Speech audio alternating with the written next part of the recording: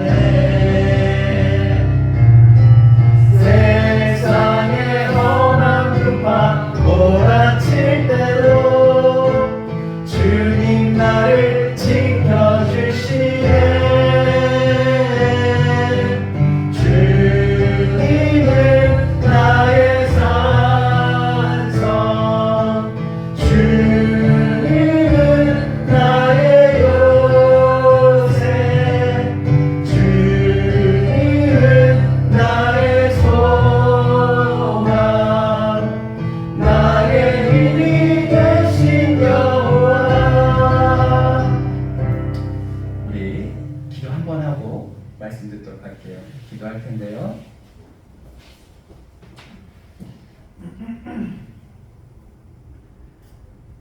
비 오는 날 비를 뚫고 이곳에 오셨습니다. 하나님의 부르심이 있고 인도하심이 있는 줄 믿습니다. 여러 가지 마음으로 오셨을 텐데요. 이 하나님을 예배한다는 것은 하나님을 만나는 시간입니다. 하나님, 이 시간 주님을 뵙기를 원합니다. 눈에 보이지 않지만 영이신 그 하나님을 만나고 경험하기를 원합니다. 찬양과 기도와 말씀을 통하여 친히 역사하여 주시옵소서. 우리 함께 기도하도록 하겠습니다.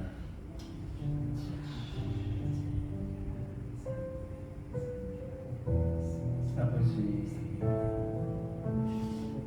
주님, 예배의 자리로 주님을 초대합니다. 오셔서 충만하여 주시옵소서. 설교자의 입술을 붙드시고 사랑하는 주님의 백성을 향한 자녀를 향한 하나님 아버지의 마음을 알려주시옵소서. 크신 은혜를 기대합니다. 이곳에 오셔서 친히 역사해 주시옵소서. 아버지, 감사합니다. 감사합니다. 홀로 영광 받아주시옵소서. 하나님 감사합니다. 이 밤에 하나님을 예배합니다. 사람의 음성이 아닌 살아계셔서 역사하시는 하나님의 음성으로 들리는 역사가 있게 하여 주시옵소서. 감사합니다. 사랑합니다. 예수님의 이름으로 기도합니다. 아멘.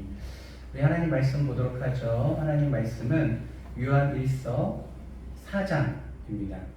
요한 1서 4장 7절부터 16절 말씀 보도록 하겠습니다. 제가 갖고 있는 성경책은요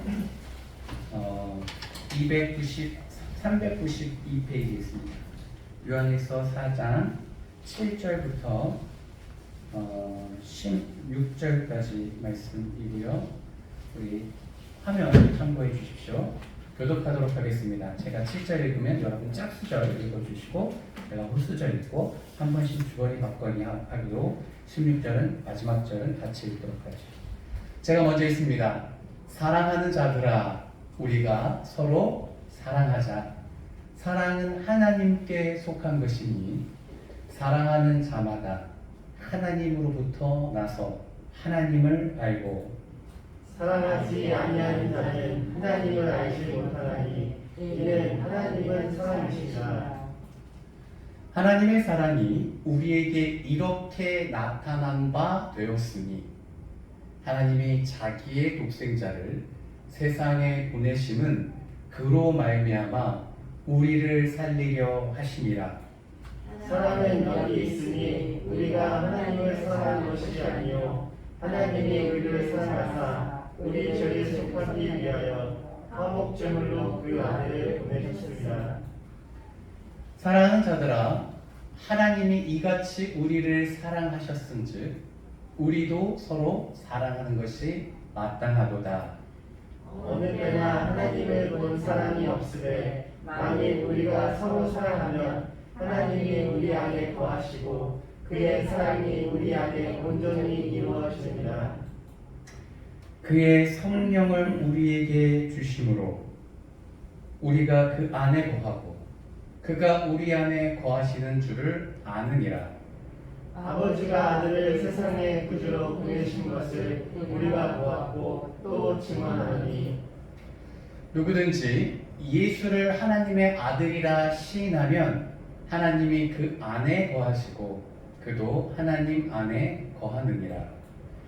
하나님이 우리를 사랑하시는 사랑을 우리가 알고 믿었노니 하나님은 사랑이시라. 사랑 안에 거하는 자는 하나님 안에 거하고 하나님도 그 안에 거하시느니라. 아멘. 맨 마지막 절이 16절인데 둘째 줄 맨 끝에 보면 하나님은 사랑이시라. 하나님은 뭐라고요? 사랑이시라 라고 말하고 있습니다. 그래서 하나님은 사랑입니다 라는 제목으로 오늘 말씀을 전하려고 합니다. 어저께 딸이랑 첫째 딸이 고등학교 1학년이에요. 네. 아내랑 이렇게 둘이 저녁 식탁에서 서로 얘기하더라고요. 근데 이거 심각한 것 같아서 이렇게 TV 보는 것 같아서 이렇게 들어봤더니 교우 관계에 대한 고민을 나누고 있었어요. 저 영상 찍지만 우리만 보니까 이게 괜찮겠죠?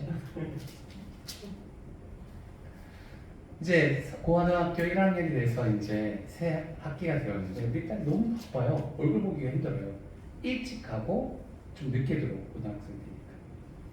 평상시에 맨날 교회 뭐라 그랬죠? 중학교 때는 그 등교 시간 끝자락에 맞춰서 맨날 딱 맞춰가지고 엄마랑 왜 늦게 가니 많이 내일 아침마다 실기를 했던 것 같은데 고등학교 들어오고 나니까 엄청 일찍 가는 거예요. 한 8시면 나가서 나가는 것 같아요. 요즘 학생들은 저희 때랑 달라서 일찍 학교 안 가거든요. 9시까지 보통 가는 거예요. 그런데 1시간이나 일찍 가는 거잖아요. 또 집이랑 또 학교가 멀지도 않아요. 바로 앞에 비전 고등학교 바로 앞에 5분 거리거든요. 그래서 아내한테 물어봤어요. 왜 이렇게 일찍 가냐고 했더니 가가지고 애들하고 얘기를 한대요. 얘기면 무슨 얘기 하겠습니까? 그냥 본인들의 관심사를 얘기하겠죠. 첫날 갔다 왔더니 시은아 학교 어때? 그랬더니 막 기빨린대요. 왜? 본인은 이제 남녀공학이었는데 남녀공학 중학교에서 남녀공학 고등학교로 자연스럽게 올라왔는데 요즘 애들이 드세다는 거예요. 쫙 남자가 10명, 여자가 20명, 32명 되는데 2대1의 비율이에요. 여자애들이 딱 오자마자 남자애들 스캔을 쫙 했다는 거예요. 남자애들 얘기하는 거죠. 제일 재밌는 얘기 뭡니까? 연애 얘기잖아요. 딱 스캔해보고 10명이니까 얼마나 그냥 소속들이 바뀌었어요. 그리고 누구는 어떻거나 누구는 어떻거나. 그래서 일찍 만나가지고 그런 얘기하고 있는 거예요. 그건 나는 아니겠지만 아이들의 관심사는 그런 거겠죠. 그걸 이렇게 한 달을 지금 그렇게 보내고 있는데 문제가 생긴 거예요. 그 중에 한 애가 조금 이상한 행동을 하는 거예요. 그 20명, 여학생 20명 중에 이제 같이 다니는 또래들이 뭐 몇 명 생겼겠잖아요. 5명 정도 생겼다 예를 들면 그 애들이 나는 누구한테 관심 있어 이렇게 서로 얘기할 거잖아요. 난 누구 찍었어. 근데 그 중에 한 여자애가 그 무리 중에서 한 명을 이렇게 관심 있게 얘기를 하면 그 남자에게 접근을 하는 거예요. 이게 친구들 사이에서는 완전히 나쁜 X죠, 그죠? 분명히 내가 관심 있다고 했으면 친구들 사이에서 양보해주는 게 리더인데 오히려 접근해가지고 다음날 다시 등교를 해버리는 거예요. 약간 그런 상황이 맞죠? 네. 근데 이게 처음이 아니라 계속 반복되는 거예요. 그러니까 아이들이 이제 멀리하게 되는 거죠. 여자애들 사이에서는 진짜 최악이죠. 그러니까 친구들이 멀리하는 것을 느꼈나 봐요. 그래서 장문의 문자로 친구들한테 돌렸어요. 복사해서. 내용은 뭐 옆에서 살짝 들어보니까 내가 말을 너희들한테 잘못한 것 같아. 조심하고 앞으로 행동 조심할게. 친하게 지내자는 화해의 제스처였는데 핵심은 애들이 걔를 왜 따돌리는지 모르는 거예요. 근데 시은이가 친한 애들 중에 걔가 들어가 있는 거예요. 그래서 학교를 계속 같이 가자 그러는데 부담스러운 거죠. 왜냐면 본인도 부담스러운 거예요. 누가 친구가 난 쟤가 괜찮아, 쟤랑 어떻게 해볼래? 그러면 걔랑 가까이서 뭔가를 하고 학교 수업 시간에도 이렇게 쉬는 시간에 걔랑 이렇게 뭔가를 하고 그 얘기를 또 애들한테 얘기를 한다는 거예요. 그러니까 시은 입장에서는 나보고 어쩌라는 거예요. 이 얘기를 하든 말던가. 그래서 엄마 이거 어떻게 해야 돼? 내일 같이 등교하자는데 왜 등교를 같이 해야 되는지 잘 모르겠지만 이렇게 교문 앞에서 만나서 같이 교실까지 들어가는 게 애들 여학생들의 그 특유의 패턴이잖아요. 친한 친구들이랑 화장실 같이 가고 같이 등교하고. 애들이 피하니까 이제 시은이 제 딸한테 도움을 청하는 건데 본인도 부담스럽다라는 이야기입니다. 학생 때 교우 관계가 참 힘들죠. 그죠? 많은 시간을 그걸 에너지에 쏟는데 이제 부모 입장에서는 답답하죠. 제가 공부해야 되는데 한 달 내내 적어가지고 씨름을 하고 있고 근데 나름 그들 또래 중에는 그것이 큰 거예요. 사랑이라는 주제가 우리에게 굉장히 큰 주제입니다. 왜냐하면 그 친구의 마음은 도대체 어떤 마음일까요? 그 여자친구 말이죠. 자기 친구들이 남자한테 관심 있다고 했는데 본인이 막 나서서 이렇게 뭔가 하는 마음이 정확히 모르겠지만 하여튼 정상적이고 좀 다른 행동은 좀 아닌 것 같죠. 모두가 사람이 사람한테 사랑받고 싶은 마음이 있죠. 그죠? 같은 무리에게 있는데 누가 널 막 좋아한다 그러는데 나만 누군가 관심이 없는 것 같으면 자존감이 좀 떨어지지 않습니까?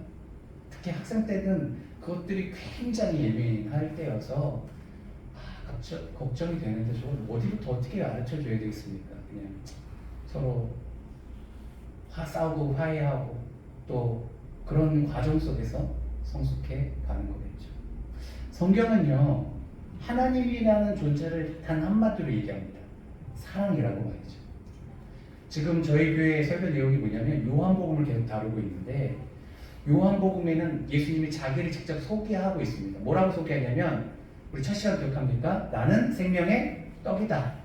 주일날 했고요. 수요일날은 그거의 2탄에 이어서 2탄으로 나는 세상의 빛이다. 나는 무엇이다 라고 이렇게 설명을 하고 있어요. 7가지를 설명합니다. 나는 양의 문이고 선한 목자고 부활이고 길이고 진리고 생명이고 나는 참 포도나무다 라고 예수님이 어떤 것에 비유해서 자신에 대해서 이렇게 얘기하고 있어요. 그것을 7가지라고 해서 7선언이라고 말씀드렸어요. 근데 이 말씀이 어디에만 기록되어 있냐면 요한복음에만 기록되어 있어요. 요한복음은 예수님의 제자 중에 한 사람인 요한이 쓴 성경입니다.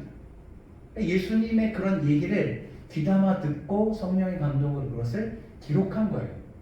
그런데 그가 다른 11명의 사도는 순교해서 죽었지만 이는 80세가 넘도록 순교해서 죽지 않고 밤모섬이라는 섬에 유배되어서 하나님께 환상을 보면서 성경을 마지막까지 기록했거든요. 그게 요한복음이고 오늘 성경에 있는 요한 1, 2, 3서예요. 이 요한 1, 2, 3서에는 그 하나님의 계시에 대한 것과 지금 노인이 되어서 하나님에 대해서 이렇게 얘기를 하고 있는데 요한이 바라보는 하나님은 도대체 어떤 관점이냐는 거예요. 예수님 입장에서는 나는 생명의 떡이다. 나는 빛이다. 나는 목자다. 길이다. 진리다라고 얘기를 했지만 그 얘기를 누구보다 관심 있게 들었고 예수님은 지금 죽으시고 부활하셔서 하늘에 승천해 계셔서 안 계시잖아요. 그리고 자신의 사도들은 이미 다 젊은 날 죽었어요. 순교당했어요. 복음을 전하다가. 홀로 남아서 섬에 유배 생활하면서 그가 묵상하며 성경을 작성하기도 하고 기도하면서 그가 느끼는 도대체 하나님은 누구시냐라고 했을 때 한마디로 하나님은 사랑이다라는 거예요. 왜냐면 하나님이 사랑이 아니면 떡도 될 수 없고 빛도 될 수 없고 부활도 될 수 없고 이 모든 것의 근원은 자기는 하나님은 사랑이라고 결론을 내리는 거예요. 예수님의 입장과 요한의 입장이 좀 다르죠. 예수님을 바라보는 우리 성도들의 입장에 있어서는 한마디로 하나님은 사랑이라고 결론을 내리고 있습니다. 이것이 이제 본문이 말하고 있는 배경입니다. 그러면 하나님의 사랑이 무엇인지 오늘 본문을 통해서 한번 보도록 하죠. 첫 번째, 하나님의 사랑은 우리가 먼저 한 사랑이 아니라 하나님이 우리보다 먼저 시작한 사랑입니다. 10절 한번 읽어보도록 하죠. 성경 읽을 기회가 별로 없는데요. 교회 왔을 때 한번 성경 읽어보도록 하겠습니다. 우리 한번 같이 한 마음 한 목소리로 맞춰서 읽어볼까요? 시작! 사랑은 여기 있으니 우리가 하나님을 사랑한 것이 아니요 하나님이 우리를 사랑하사 우리 죄를 속하기 위하여 화목 제물로 그 아들을 보내셨습니다. 사랑이 여기 있다라고 말하면서 우리가 먼저 사랑한 것이 아니라 누가 먼저 사랑했다고요? 하나님이 사랑했다라고 합니다. 여기 솔로가 아무도 없어요. 그죠? 다 짝꿍이 있습니다. 그죠? 자녀도 있고. 배우자와 만났을 때 누가 먼저 사랑했습니까? 자기가 먼저 사랑했다는 거 손 들어보십시오. 자기가 먼저 사랑했다. 이거 부부가 있기 때문에 미묘합니다. 부부는 손대지 마세요. 부부는 손대지 마세요. 근데 손 다 안 드시는 거 보니까 자매님들이 적극적이시네요. 와. 권사님은 장로님이 보시죠. 여기는 들지 마시고 싸움이 될 수 있어요. 그래, 하지 마. 말하지 마. 저는 아내가 손들었어요. 근데 몰랐어요. 얘기를 안 해서. 저는 학교 후배였었어요. 안양대학교 신학과 행정학과. 어떻게 만났냐? 기독학생회라는 동아리, 기독 동아리에서, 종교 동아리에서 만났어요. 군대 갔다가 휴가 나왔는데 잠깐 학교를 들렸는데 그 군인 아저씨 그 가오 있잖아요. 군복 입고 아무도 신경 안 쓰는데 혼자 주름 잡고 와가지고 동아리를 휘젓고 다니는데 마침 탁구치가 나간다 그래서 오자마자 탁구치러 가서 탁구를 쳤단 말이죠. 그게 첫 만남이었어요. 그리고 제대하고 같은 학년을 학번은 세 학번 차이 나지만 9598 같이 학교를 2학년 때부터 이렇게 다니기 시작했단 말이죠. 그리고 졸업했어요. 그리고 저는 호주로 유학을 왔는데 몇 년 안 있다가 호주 온다는 거예요.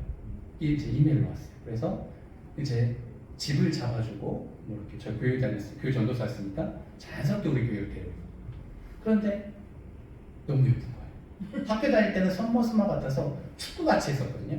제 몸싸움하면서 축구를 같이 했는데 머리도 짧고. 근데 졸업하고 나니까 뭔가 이렇게 다 분위기가 다르더라고요. 꾸미기 시작하니까 완전 다른 사람이더라고요. 지금 안 꾸미고 다니는데 꾸미면 되게 예쁘거든요. 그래서 제 눈에 뭡니다.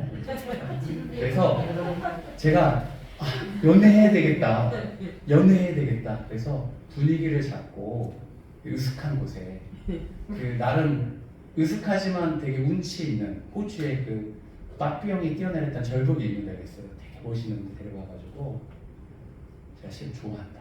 사귀자. 그랬더니 첫 마디가 저는 예전부터 좋아했어요. 오빠를 처음 봤을 때부터 좋아했다. 근데 그 기간이 꽤 됐을 때 몇 년이 지났을 때요. 제가 감동을 한 번을 먹었죠. 그리고 신기하기도 하고 그렇게 좋아하는데 어떻게 티를 안 내지? 그래서 저희는 서로의 마음을 확인하고 불같은 사랑을 해외에서 하죠. 그리고 6개월 만에 결혼을 합니다. 근데 참 고맙더라고요. 내가 뭐라고 이렇게 좋아해주고 포기하지 않고 실은 살짝 접었었는데 여기 다시 와서 저를 보니까 마음이 다시 흔들렸던 거죠. 그래서 이렇게 알콩달콩 살고 있습니다. 아이들 보면요, 누가 먼저 잘못했냐 이것이 중요하죠, 그죠? 저희 애들 보면 둘째랑 셋째랑 자주 티격태격해 보면 오빠가 먼저 했니, 네가 먼저 했니. 사랑은 누가 먼저 사랑하는 것이 좋고 나쁘고 이게 뭐가 있습니까? 그냥 사랑하면 되는 거죠, 그죠? 그런데 하나님이 우리를 먼저 사랑했다고 성경은 말하고 있어요. 근데 심지어 우리는 그 사랑을 했는지도 그가 나를 사랑하는지도 몰랐어. 근데 그는 아주 예전부터 사랑했다는 거예요. 아내가 저를 처음 만났을 때가 그때가 벌써 99년도였는데 2000년이 확실히 지나가지고 한 2005년도에 만났나요? 뭐 하여튼 그랬을 때 만났으니까 수년을 먼저 그래서 마음속에 품고 있었던 그게 너무 감사한 거죠. 우리는 지금 이 시대 2022년이죠. 이 시대를 살아가고 있지만 하나님은 훨씬 전부터 우리를 사랑했다는 거예요. 근데 사람의 사랑은 시간이 지나면 여러분 배우자를 봤을 때 예전만큼 사랑합니까? 대답하지 마십시오. 대답하지 마십시오. 제일 예쁘고 제일 매력적에서 결혼했는데 형제님 입장에서 설명을 하면 애 낳고 살림하고 이 긴장 풀려있는 아내를 보면서 예전에 그런 설렘이 생깁니까? 그렇지 않잖아요. 사회 나가면 훨씬 더 정돈되어지고 긴장하고 있는 자매님들이 훨씬 많은데 눈에 들어올 수밖에 없죠. 하나님은 예전부터 시작했는데 그 사랑을 변치 않고 지금까지 갖고 계시다는 것이 놀랍다는 겁니다. 하나님의 사랑 첫 번째, 우리보다 먼저 사랑을 시작했다. 그리고 아주 옛날부터 시작했다. 헤아릴 수 없을 때부터. 그래서 하나님의 사랑이 매력이 있다는 겁니다. 두 번째, 그 사랑은요, 찾아온 사랑입니다. 9절, 앞으로 가서 9절 한번 읽어보도록 하죠. 또 찾아왔다는 의미가 무엇인지. 9절 함께 읽죠. 시작. 하나님의 사랑이 우리에게 이렇게 나타난 바 되었으니 하나님이 자기의 독생자를 세상에 보내심은 그로 말미암아 우리를 살리려 하십니다. 하나님이 우리를 사랑하셔서 그 아들 독생자를 우리에게 이렇게 이 세상으로 보내셨습니다. 참 유튜브가 진짜 대단한 발명품 같은 것 같아요. 저는 직접 과거로 가가지고 유튜브를 제가 개발하고 싶은 정도예요. 야, 이걸 어떻게 만들었을까? 세상의 모든 이야기가 이 속에 있잖아요. TV에 나오지 않는 개별적인 얘기, 굉장히 디테일한 이야기. 한동안은 국제 커플 제가 다시 연애 초로 만나면 하고 싶었던 게 일본 여자친구를 사귀고 싶었던 계획이 있었거든요. 죄송합니다. 그래서 국제 커플에 대한 관심이 있었을 때가 있었어요. 한동안. 왜냐면 저는 결혼할 대상이 아니면 연애하지 말아야 될 생각이 있어서 저를 좋아하는 어학원에서 좋아하는 일본 학생이 있었거든요. 근데 진짜 예뻤어요.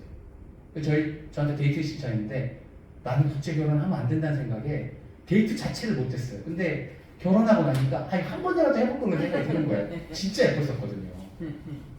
그런 생각에 국제 커플, 일본, 한국 커플, 중국 커플, 이렇게 필리핀 커플, 태국 커플 이러다가 유럽까지 가서 미국 커플 그러다가 폴란드 커플을 이렇게 봤는데 두 명의 만나는 스토리가 나오는 거예요.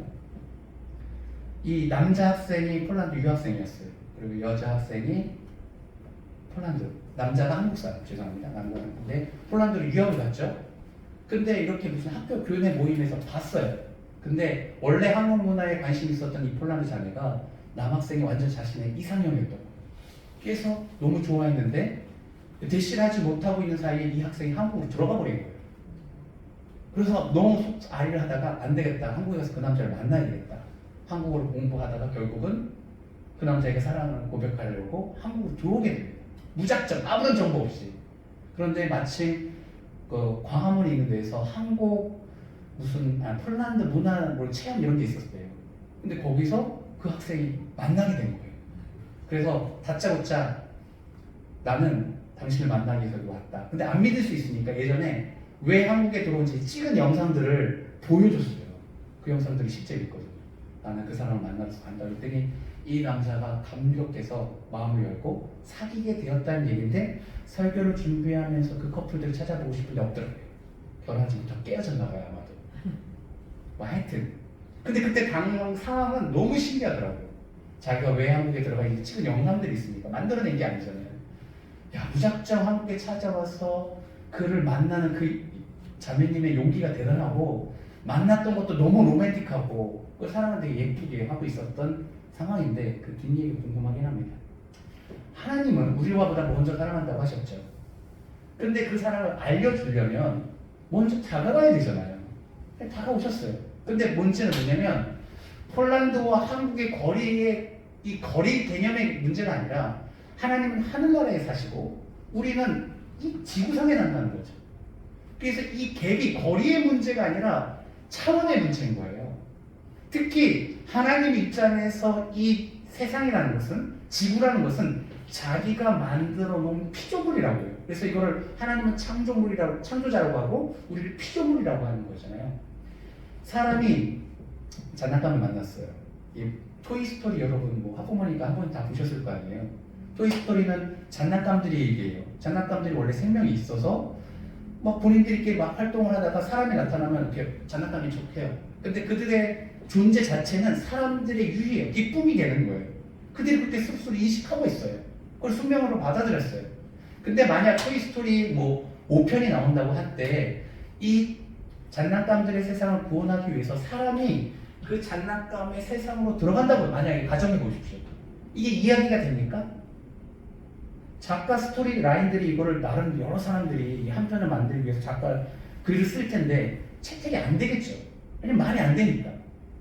사람이 무슨 장난감을 구하려고 장난감이 스스로 돼요. 이 말이 황당무계한 얘기잖아요. 근데 성경에서는 그 황당무계한 얘기를 하고 있는 거예요.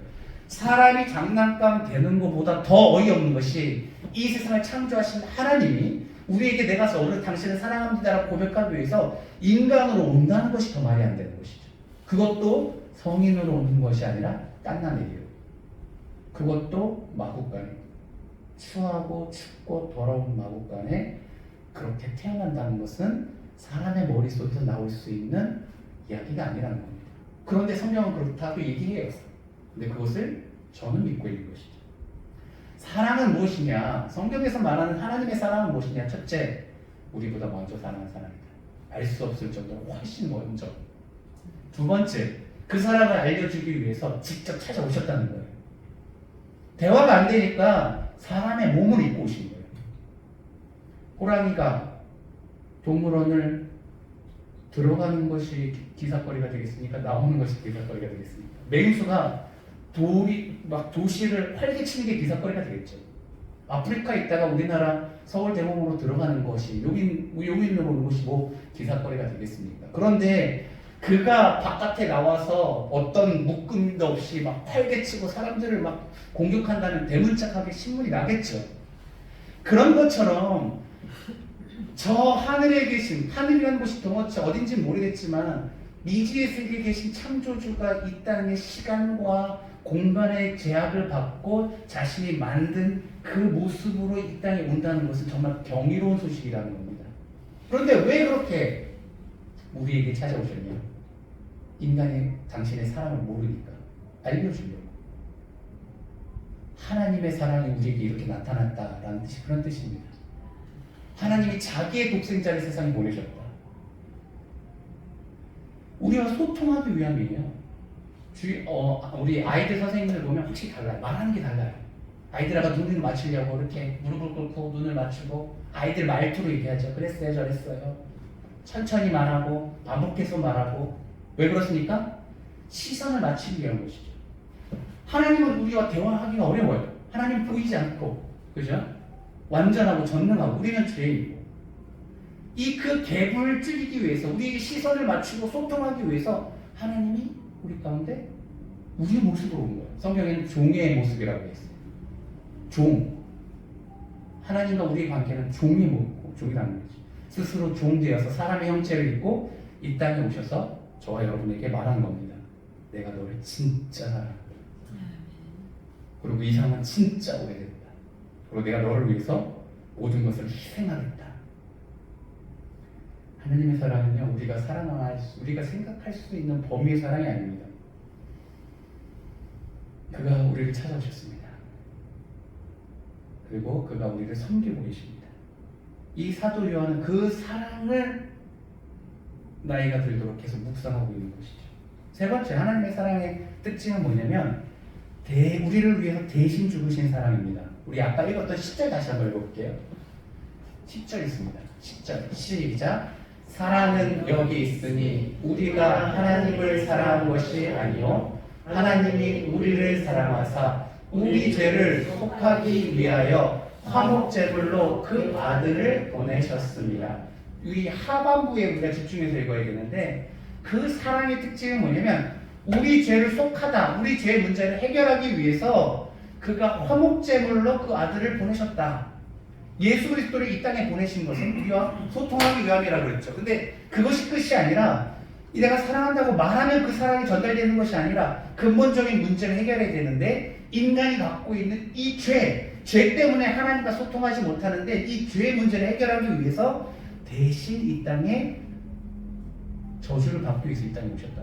그래서 하나님의 사랑은요, 아름다운 사랑만은 아니에요. 조금 무서워요, 사랑이.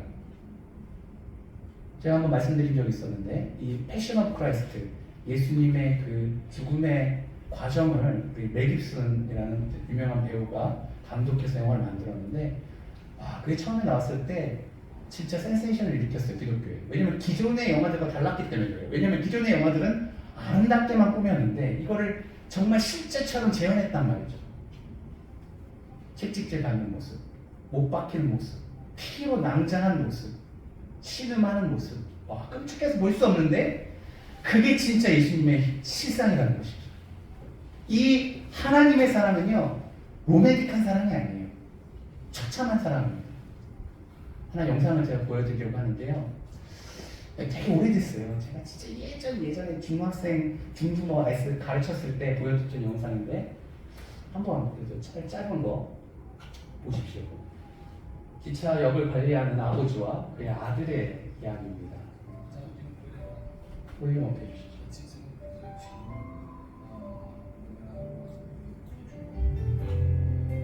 키보드로 하시면 돼요.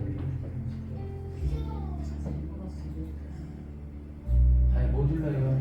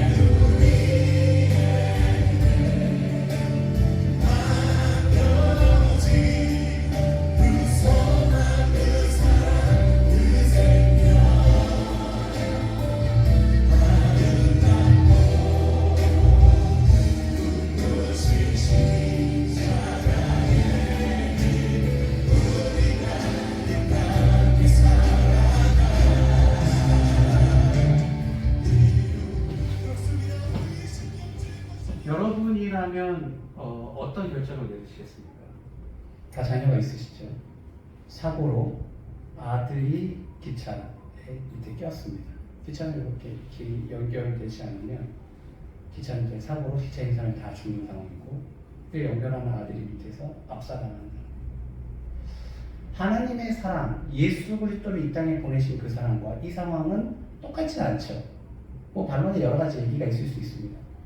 저 기차 아저씨가 그 기차에 있는 사람들을 사랑한 것도 아니죠. 미리 알았던 것도 아니고. 그래도 그 사람들을 존중해서 아들을 죽이기로 결정을 한 건데 참 이거는 우리에게 적용하기는 어려운 문제입니다. 근데 왜 제가 이것을 보여드린 이유는 뭐냐면 하나님의 사랑이 낭만적인 사랑은 아니라는 거예요. 예수 그리스도를 희생시키는 사랑이었던 것이죠. 조금 어려운 얘기인데 갈라디아서 3장 13절에 보면 참고 말씀 띄워주시겠습니까? 이런 말씀이 있어요. 한번 읽어보겠습니다. 시작. 그리스도께서 우리를 위하여 저주를 받은 바 되사 율법의 저주에서 우리를 속량하셨으니 기록된 바 나무에 달린 자마다 저주 아래 있는 자라 하였습니다.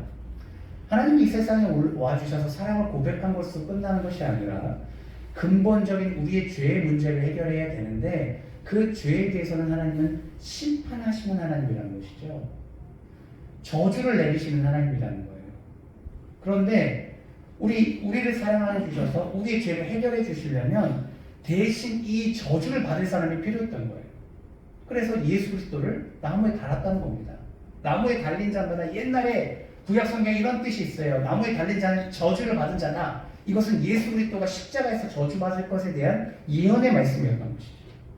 폼나게 십자가에서 돌아가신 것이 아니라 아주 처참하게 하나님의 저주를 받으신 거예요. 그래서 예수님이 너무 고통스러웠단 말이죠. 너무 힘들었단 말이죠. 목숨을 잃는 것 이상의 온 인류의 저주를 감당하기에는 예수님도 너무 버거웠던 것이에요. 그래서 하나님의 사랑은 낭만적인 사랑이 아니에요. 비참한 사랑입니다. 처절한 사랑입니다. 눈물 없이는 볼 수 없는 사랑입니다. 자신의 아들을 살리기 위해서 버튼을 내리는 그 아빠의 심정을 누가 알겠습니까? 심지어 그 기타에 탔던 사람들은 선한 사람도 아니고 의로운 사람도 아닙니다. 심지어는 마약 중독자도 있었습니다. 그래서 고뇌하는 거죠. 내가 저 여인을 살리기 위해서 내 아들을 희생시켰는가가 그의 삶에 고통이 되는 거예요. 그런데 시간이 지나서 그 여인이 삶이 바뀌고 그의 자녀와 행복한 삶을 보면서 마음의 위로가 된다는 그런 내용입니다. 하나님은 우리를 먼저 사랑하셨습니다. 그리고 그 사랑을 알려주시려고 피조물의 세계에 들어오는 것을 거절하지 않으셨습니다. 아주 위험천만한 도전을 하신 것이죠. 한 번도 해보지 않은 일을 예수님께서 결단을 내주시고 그리고 온 것으로 끝난 것이 아니라 온 인류의 죄를 대신해서 십자가에서 그렇게 저주를 받으셨습니다. 예수님의 사랑은 마지막 우리가 서로 사랑할 때 완성되는 사랑입니다. 12절 말씀 읽어보도록 하죠. 12절 이제 시작. 어느 때나 하나님을 본 사람이 없으되 만일 우리가 서로 사랑하면 하나님이 우리 안에 거하시고 그의 사랑이 우리 안에 온전히 이루어지느니라. 우리가 믿고 섬기는 하나님은 전능하신 하나님이고 완전하신 사랑입니다. 하나님이십니다. 그 완전하신 하나님의 사랑이 부족하다는 의미는 아니에요. 그분은 홀로 영광스러운 분입니다. 그런데 그가 꿈꾸고 그가 원하는 사랑은 어떤 사랑이냐? 우리가 서로 사랑했을 때 온전히 이루어지는 사랑이라는 거예요. 하나님이 일방적으로 우리를 사랑해서 그 사랑이 꽃을 피우는 것이 아니라 그 사랑을 우리가 받아들이고 그 사랑을 인정하고 그 사랑에 감사하고 그 사랑을 우리가 하나님 앞에 표현하고 그것을 끝나는 것이 아니라 그 하나님께서 너희도 서로 사랑하라고 말씀하셨기 때문에 아내와 사랑을 나누고 자녀와 사랑을 나누고 이웃과 사랑을 나누고 심지어는 원수에게도 사랑을 베풀 때 하나님 그 사랑이 온전해진다는 거예요. 결국 그 사랑은 하나님의 사랑으로 온전한 것이 아니라 하나님의 사랑을 우리가 받고 우리가 그 사랑을 서로 나누면서 행할 때 우리가 하나님 안에서 온전해진다는 거예요. 참 미묘하죠, 그렇죠? 신기하기도 하고요, 특별하기도 합니다. 우리는 사랑을 하면서 벽에 부딪힙니다. 부인과 싸울 때가 있죠.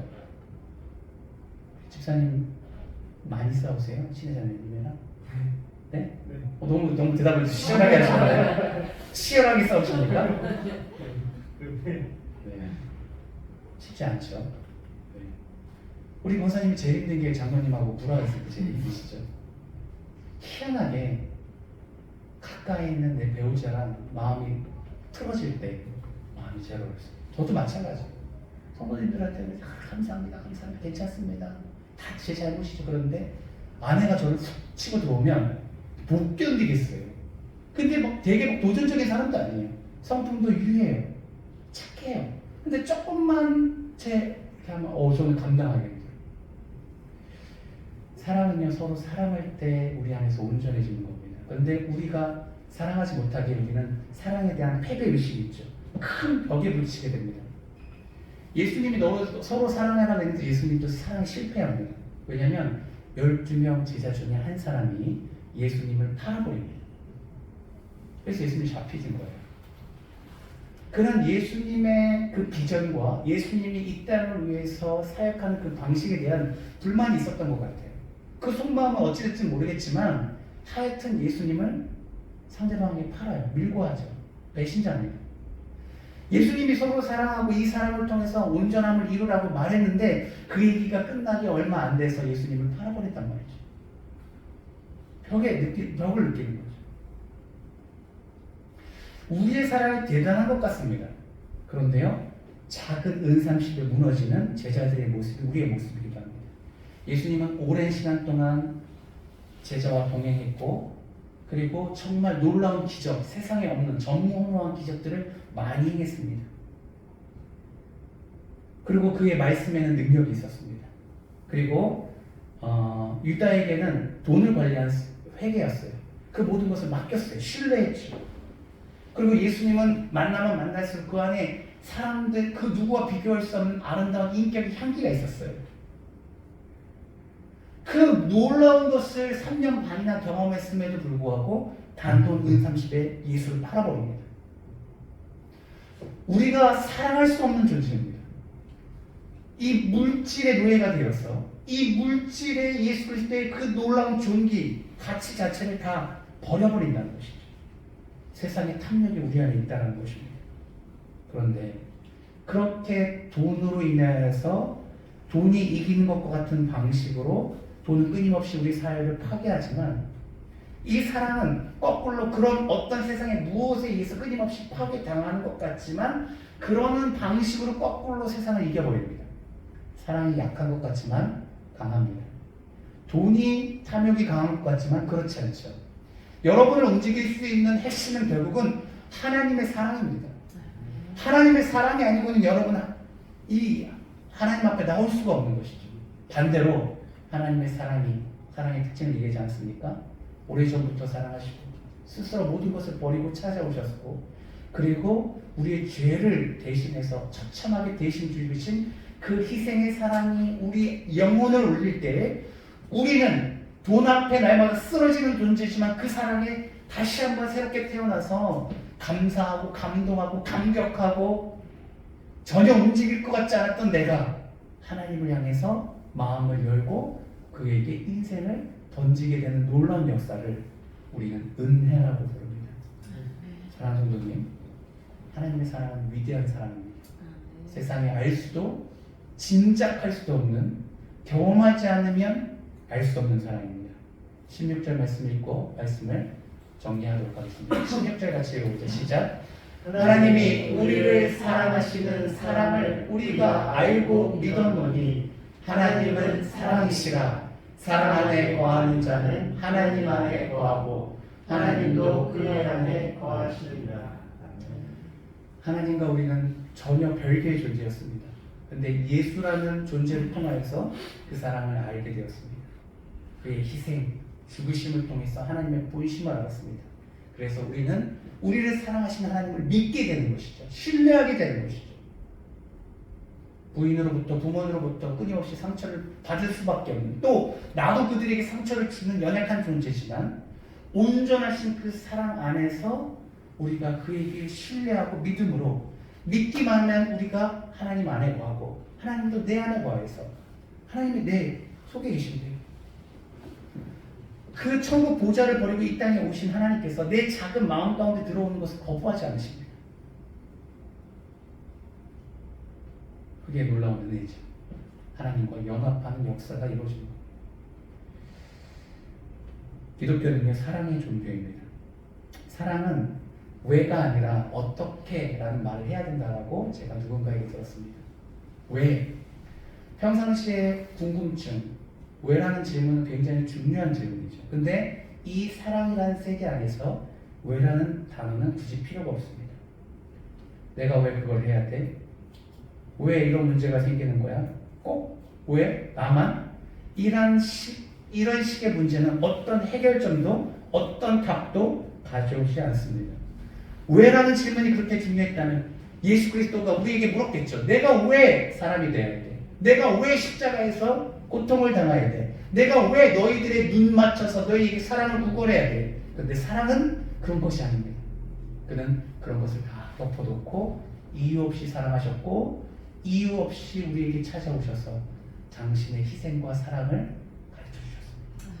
그 예수 그리스도의 그 사랑을 본받은 우리에게는 나의 아이에게, 나의 남편에게, 나의 부인에게 어떻게 다가가서 그를 어떻게 섬길지 생각하게 되는 것이죠. 그렇게 주님이 우리 안에 계시면 우리의 삶은 바뀌게 되어 있습니다.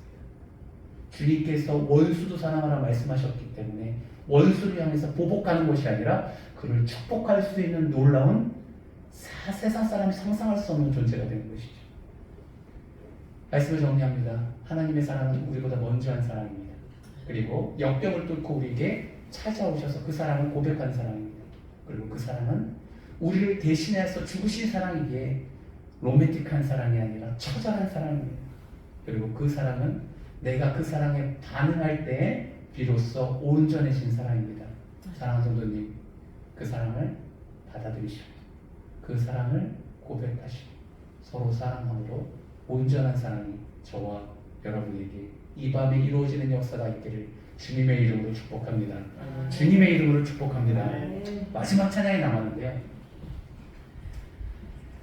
아버지 사랑 내가 노래를 부르고 싶은데 한번 도전해볼까요? 연습해보고 망해가지고 바꿨는데 이거 지금 설교 크게 좋아서 이거 불러야 될 것 같아요. 바꿔버렸습니까 벌써? 그 사랑이 제목이에요. 아버지 사랑입니다. 할 수 있습니다. 할 수 있습니다. 우리 차가운 자매님이 계시잖아요. 네, 할 수 있겠네요.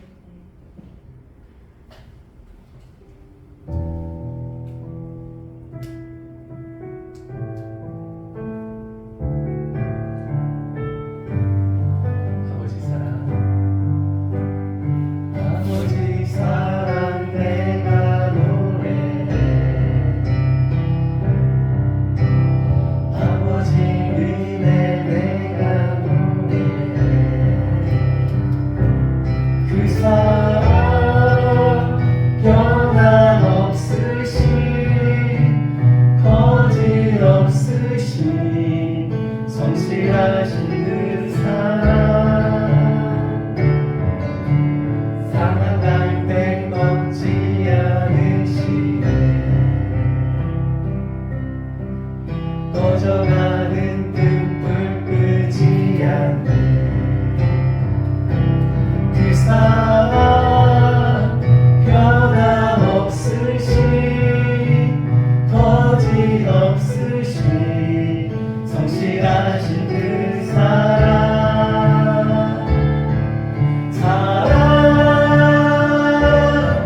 그 사랑 날 위해 주신 날 위해 다시 사신 예수 그리스도 다시 오실 그 사랑 죽음도 생명도 천사도 하늘의 어떤 권세도 끊을 수 없는 영원한 그 사랑 예수 그 사랑 날 위해 주신 날 위해 다시 사신 예수 그리스도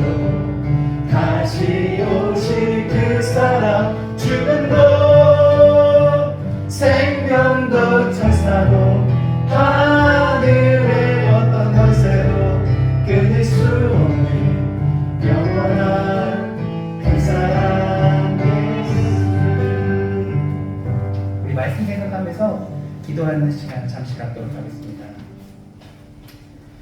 제가 아이를 낳고 진짜 깜짝 놀랐습니다. 저는 제가 스스로 컸다라고 생각하고 자랐거든요.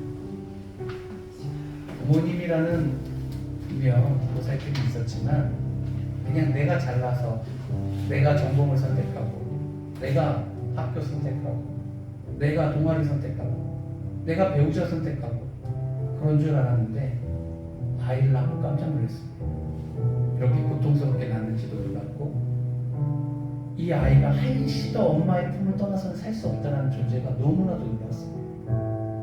잠을 자지 못하고 아이를 기르는 아내의 모습을 보면서 어머니에 대한 경이로움을 느꼈습니다. 내가 몰랐다고 그 사실이 없어지는 겁니까? 몰랐던 것 뿐이죠. 내가 그냥 컸다라고 생각했는데 부모의 이 손길을 잠시라도 떨어지면 아이는 살 수 없는 존재입니다. 동물과 다르죠. 짐승과 다릅니다. 하나님이 영원 전부터 우리를 사랑하셨고 우리를 위해서 자신의 살과 피를 찢으셨던 이 사실을 우리가 모른다고, 그걸 받아들이지 않는다고, 인정하지 않는다고 그 사실이 없어집니까? 그렇지 않죠. 내가 인정하지 않고 모르는 것뿐이죠. 성경은 진리이고 사실입니다. 그것은 내가 인정하고 인정하지 않든 상관이 없습니다. 이 진리의 말씀이 무엇입니까? 저와 여러분을 하나님께서 미치도록 사랑하신다. 지겹고 지겹게 사랑하셔서 창조주 하나님이 이 땅에 오셔서 피눈물을 흘리시고 사랑하셨습니다. 자신의 살을 다 갈기갈기 찢기기까지 우리의 생명을 포기하지 않으셨으니 그 사랑이 얼마나 애절합니까? 우리가 상상할 수 없는 사랑입니다. 그 사랑은 저를 통해서 오늘 여러분에게 말씀하고 있습니다. 여러분 마음을 여시고 그 하나님의 사랑을 받아주십시오. 그러면 여러분의 삶 가운데 거짓 사랑이 아닌, 사람을 이용해 먹던 사람이 아닌, 사람을 조종하는 사람이 아닌 진짜 사랑을 하게 될 것입니다. 가정에 평화가 찾아올 것이며 여러분의 마음에 평화가 찾아올 것이며 여러분이 살고 있는 삶의 터전에 천국의 역사가 일어날 것입니다. 우리 이 시간 주님 만나달라고 기도하도록 하겠습니다. 기도하십니다. 아버지,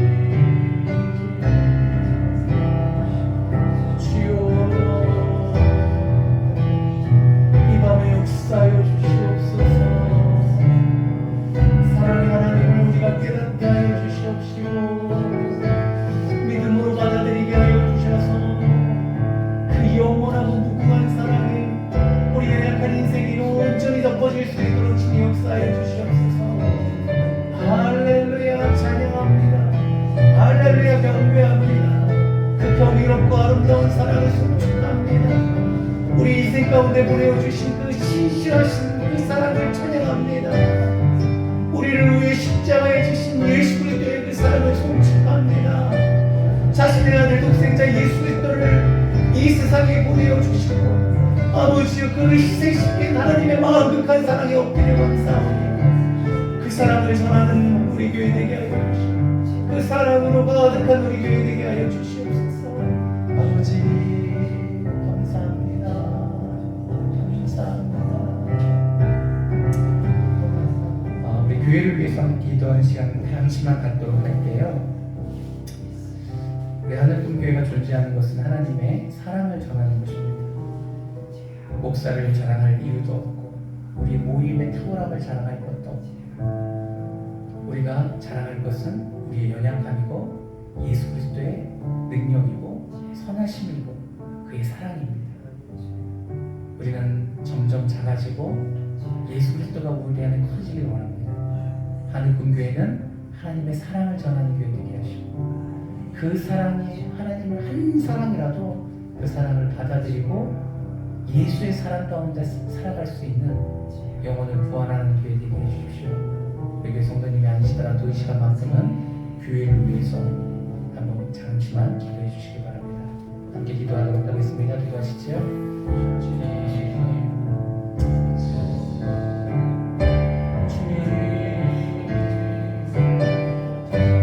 우리 안에 예수의 사랑이 전파되게 하여 주시옵소서. 우리 안에 하나님의 사랑이 전파되게 하여 주시옵소서. 이 사랑이 아버지 하나님 알려지게 하여 주시옵시고 전파되게 하여 주시옵시고 이 사랑을 받아들여 서로 사랑으로 온전한 사랑을 이루게 하여 주시옵소서. 할렐루야. 평택까지 교회를 지으신 하나님 감사합니다. 하나님께서 평택을 사랑하십니다. 평택 땅에 있는 수많은 영혼들을 사랑하십니다. 우리 하늘꿈교회가 이 사랑을 전하게 하여 주시고 천하보다 귀한 한 영혼 구원하여 하나님의 사랑에 동참하며 그 사랑에 감사하며 그 사랑에 감격하며 함께 예배드리는 놀라운 역사를 보게 하여 주시옵소서. 아버지 그런 교회 되기를 원합니다. 예수의 생명이 있는 교회, 성령의 역사가 있는 교회, 아버지 믿는 자의 숫자가 늘어나는 교회, 예배마다 주님의 그 사랑의 얼굴을 보는 교회, 감사하고 감사합니다. 아버지 인도하여 주시옵소서. 아버지 인도하여 주시옵소서.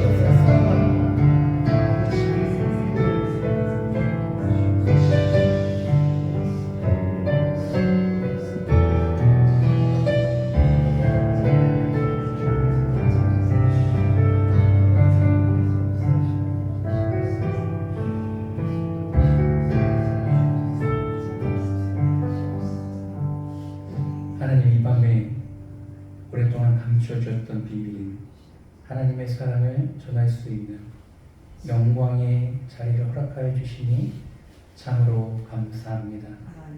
부족한 자가 그 위대하시고 고귀하신 하나님의 사랑을 설명하고 선포할 때에 천국에 계신 예수께서 자신의 마음을 헤아림으로 보좌에서 일어나셔서 기쁨으로 감사하며 그 설교를 듣고 있는 줄 믿습니다.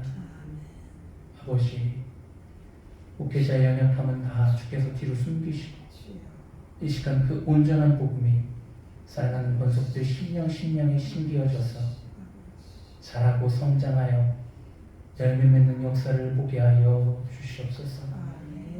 주님의 그 강력한 사랑이 아버지 우리 삶의 인생 전체를 바꾸기를 원합니다. 아버지 하나님, 주 예수 그리스도의 사랑을 믿어 그 사랑 안에 거하는 놀라운 역사가 이 밤에 있게 하여 주시옵소서. 평택 땅에 영원 구원하는 교회 되게 하여 주시옵소서. 주님의 마음을 시원케 하는 교회 되게 하여 주셔서 아버지 하나님, 정말 주님 앞에 칭찬받는 아버지 귀하고 복된 인생 되게 하여 주시옵소서.